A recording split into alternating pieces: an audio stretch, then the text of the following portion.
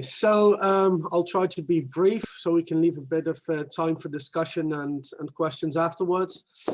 For those of you who don't know, Murcia is in the south of Spain. It's the 7th largest city.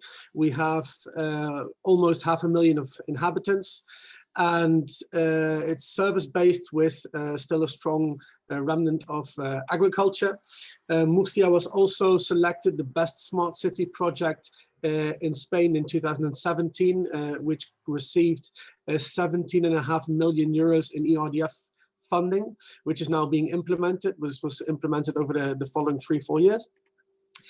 And one of the things that we would like to highlight as a good practice really stems from the COVID, which I see I wrote wrong, the COVID crisis, where because of lockdowns and because of the different measures taken by municipalities, regions and countries, the sectors that were most affected were, on the one hand, tourism and hostelry, but on the other hand, obviously culture. And in this case, I want to refer to culture as the local culture production and the local culture consumption. We've all seen the studies that all the streaming platforms, Netflix, HBO, Disney, Amazon Prime, they all skyrocketed because everybody was locked up at home, watching these platforms for entertainment.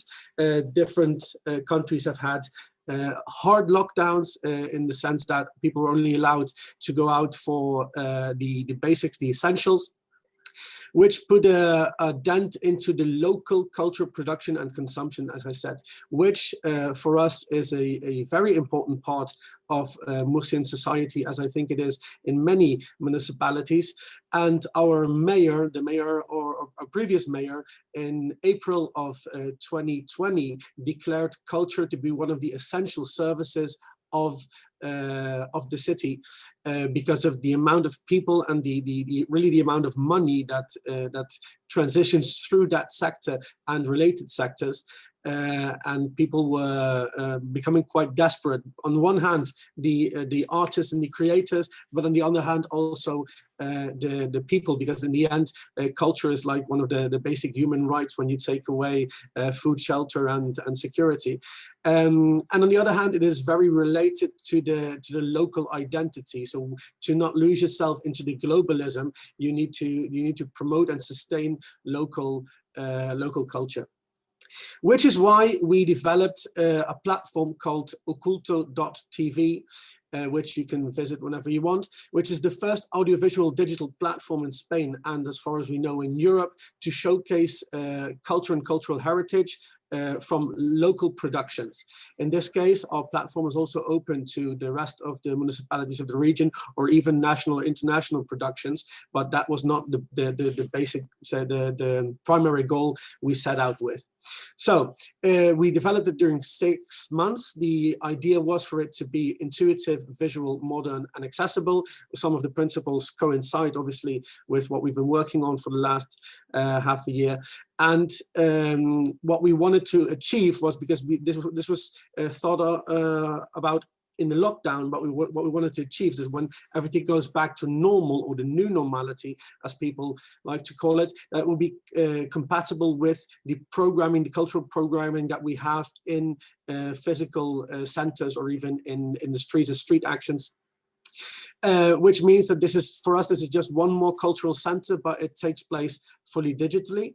And one of the biggest and maybe most interesting aspects of the platform, which we want to distinguish it from other platforms as well, is that it's really focused on local production, and not only the end product, but also like videos of the making of, maybe interviews with artists or with designers or with creators, to give a more involved and interactive experience to the user.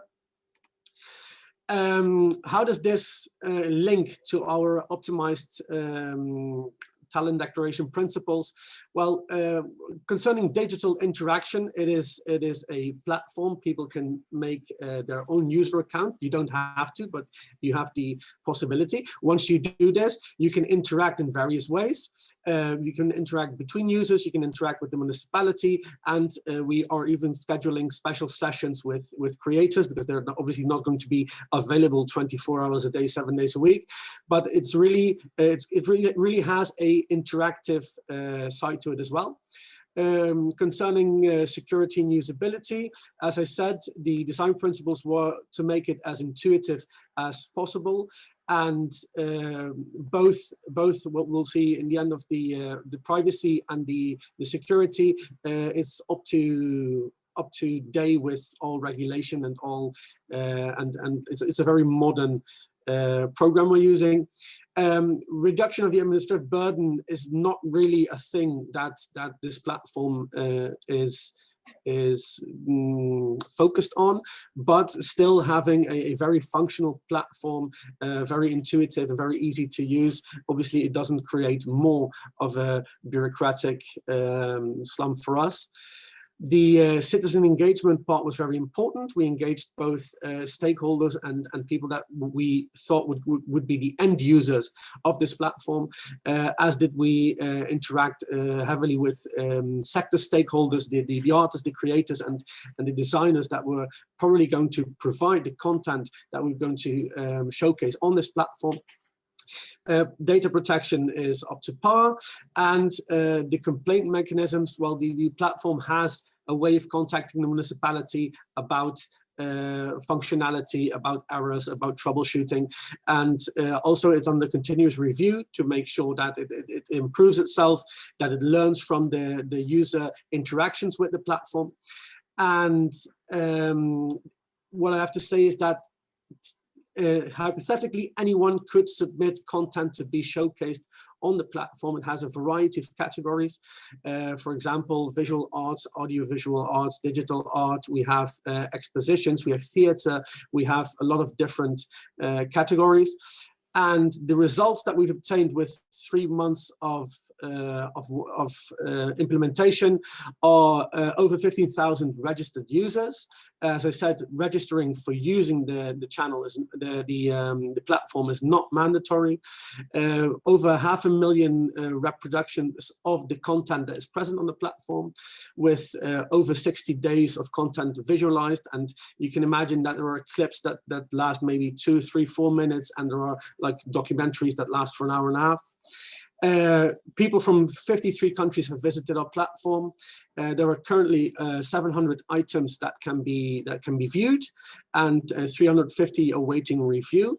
And this is where the municipality and a lot of time and investment comes in, because this is not YouTube or Twitter. You can't just publish whatever you want. So everything that comes onto the platform has to be reviewed by at least a few municipal experts to see if it's appropriate for the channel, because in the end it is the image of the municipality that would suffer if somehow inappropriate content would be present on there.